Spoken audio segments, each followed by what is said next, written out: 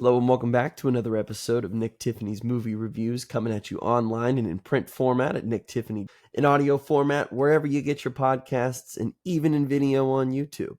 Today we are back with one half of the Coen Brothers. We're talking about Ethan Coen and his wife and producing partner, Tricia Cooke, who makes her screenwriting debut with Drive Away Dolls.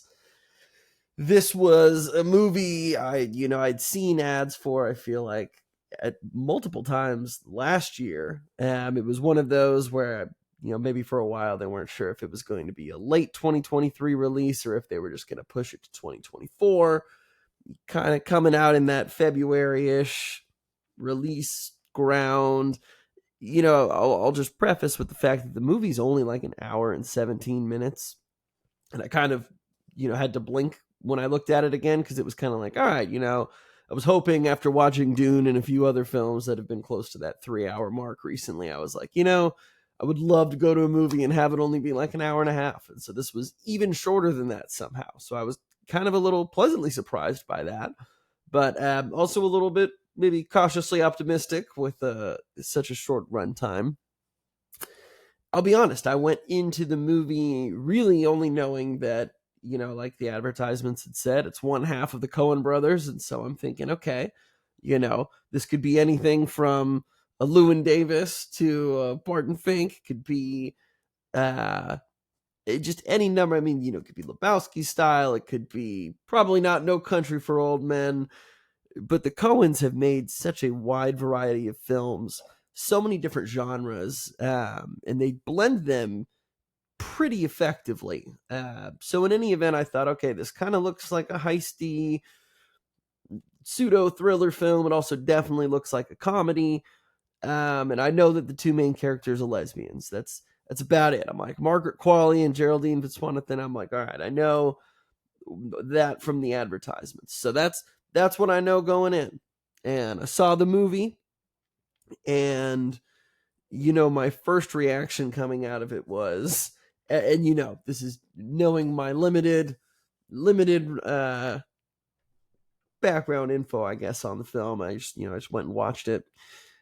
Came out feeling like, wow, I hope that Ethan Coen was not the only writer on this movie. Or I was like, I really hope a woman wrote this movie, and I really hope that a lesbian woman wrote this movie, because the film definitely centers around, not lesbianism, but I would say the lesbian community, whether it's going to different lesbian bars, spending time in this community with different people. It takes place around Y2K, so there's also this side of it where, it's not like modern day where things are more acceptable than they are back then. But I left the movie. I went and talked to some film friends, and I was kind of like, is it bad that my first thought is I hope a woman wrote this?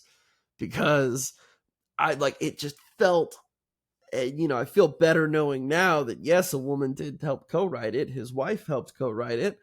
And then what I also learned is that Tricia Cooke is lesbian and identifies as queer. The two have a couple children. They have an open marriage, and they're also seeing other partners. So,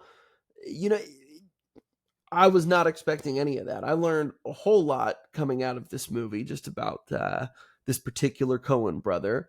I do feel a lot better knowing that a lesbian woman did write this movie, because maybe it changes a little bit of how I viewed some of the comedy or some of the situations.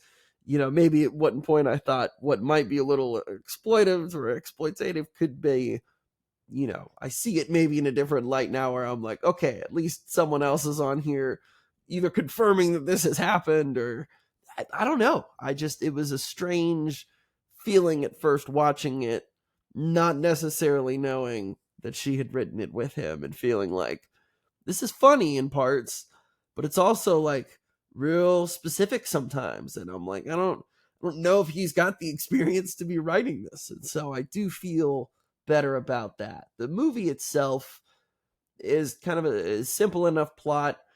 These goons are chasing after these two girls. because leading up to Y2K, they're like, we're going to take a road trip. We're going to get my friend laid because she hasn't had sex in forever since her last girlfriend. Margaret Qualley's got this real thick Southern accent that she's doing the whole time. Kind of annoying. Kind of, I'm like, I don't know, living down in the South and knowing lots of people from the South. I've really never heard one that was that pronounced and so much like, I know some, but the whole time it was a really exaggerated type of deal. Like, I'm a modern lesbian in the 21st century, kind of reminded me of Buster Scruggs, which was another Coen film. So it just, maybe they just really like that accent. I don't know. It was, I like Margaret Qualley as an actress, but it just felt it felt a little off for her. I don't know. It just felt like a little too much. But she's funny enough, and I think Geraldine Viswanathan kind of, she's like our stand-in for the audience almost. She is far more the repressed lesbian who is not so out there like Margaret Qualley's character is, whereas Margaret Qualley's character is hooking up with the hockey team girls and out at parties and going to the butch bar, as it's referred to, or different things in the film. Geraldine's kind of like, nope, I'm not taking part in any of that. Not that she's a prude, but she's, just very prim and proper, and just, well, this is horrifying. I don't think I could ever go out and do something like that. I could never be that kind of lesbian woman, So when they decide, yes, we're going to go get in a car, take it out to Florida, go get you laid. Of course, the car that they pick up happens to be one that's meant to be used in a drop by some shady characters who call Curly's rental car service area, So he gives them the car mistakenly because they're going to the same place that the that the car should be going. So this, of course, creates trouble for Curly when we learn that, oh, so those girls weren't supposed to get the car. Not good. So it's kind of funny because you've got these two guys who, in typical Coen Brothers fashion, are this bickering duo who it's like, yes, we're going to track things down, but they're getting really frustrated by the fact that we've got to drive everywhere. And of course, now we're talking to these lesbian women and who's the coolest between the two of us. Like, there's genuinely some very funny banter between them, which is kind of to be expected from the Coens. You take this mostly serious background and you inject it with really specific comedy. In this case, a lot of it's of the sexual nature, so a lot of it just like feels a little outlandish, and you're like, wow, oh my god. I really did enjoy Beanie Feldstein in the film. Jonah Hill's sister kind of plays the former girlfriend of Margaret Qualley, and she just freaking rips every line of dialogue she has. Just this aggressive, non-shit taken woman who will literally go to the ends of the earth to track this other woman down, to track her ex down and make her life hell. Just the disses that she throws, the things that come out of her mouth, her delivery, she's freaking hilarious. Like, anytime that she and the goons are in the film, it's like, all right, this is undoubtedly the funniest bits of this movie, and this stuff really works. The stuff with Margaret Qualley and Geraldine is kind of like mildly interesting. They go on some fun hijinks. They realize, oh crap, something's in the back of our car, and it's expletives. I'm not going to spoil things, because if you do watch the movie, it is kind of shocking what ends up being in there. But the movie, it just feels part way there. It just, at an hour and 17 minutes, it feels like towards the end, they're just trying to cross the finish line. And we've gone from a comedy to like a really now serious drama. And, there's this whole love story angle. But I don't like the way things kind of turn at the end. Maybe it's a little predictable. Maybe it just feels like, we want to put a bow on this and wrap the story up somehow. I feel like maybe they could have gone a little further with some of the background. Like, yeah, there's this whole Matt Damon subplot that is funny, is kind of interesting, but even and this is where some of this artsy director kind of takes over, and you've got probably 5 to 7 minutes of the film that are all these different colors and shapes and kaleidoscope of images. And, whether it's like, hey, we're all lesbian lovers here, or, this is back in the 70s, and you've got this hippie chick doing all this kind of crazy hand movements. It's just kind of like, okay, like, the first time it was funky. The third time it was like, all right, sure.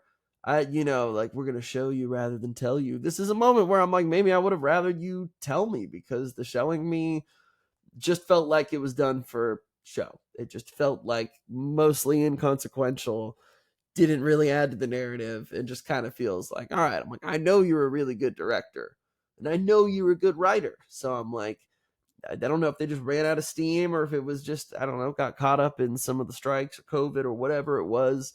But, it's Drive Away Dolls is not better than the sum of its parts, but the parts that do work are really quite funny. Beanie Feldstein and those henchmen, I gotta hand it to him. I'm like, so much of that had me dying laughing, and I just wish more of the film was kind of like that. There's even some bursts of standard Coen violence, which in some measures is very funny in how it's handled, and in some measures is also just like so shocking and surprising, and you're like, whoa, like we did just go from a comedy to like, this guy's just getting executed or something, and you're like, what the fuck, like, wow. So, for some of those bursts, it's enjoyable. Again, for only being over an hour, I don't think you're going to lose a lot by watching this if it's not the greatest movie you've ever seen, or what you were quite expecting from a Coen brother. Just go into it maybe realizing it's a lot more sexual than I thought it was going to be. Definitely, again, I wouldn't call it an LGBTQ film, but definitely heavily focused on lesbians, and this world of Y2K lesbians as well. That's not a knock on the film or anything. I knew somewhat of maybe what it was about, but after watching it and coming out of it, I was like, wow, that was just more than I had expected, I guess. So, just know what you're getting into as far as what the film pertains to, and you're probably going to have a good time. And know that, yes, the lesbian woman did help write this script. So it is less weird now. And it wasn't just an older white guy who wrote the script. So I feel much better about that. But if you see this film, let me know what you guys think. The Coen brothers, I really could do a whole series on them, just kind of going through the spectrum of films that they release and the stories they tell, and just from comedy to serious dark drama. But, they always keep things interesting. Thank you guys, as always, for listening. You can find NT Movie Reviews on all social media networks, podcast platforms, on YouTube, TikTok, Reels, Shorts, wherever you get your social media, you can probably find us. Thanks again, and we'll see you next time.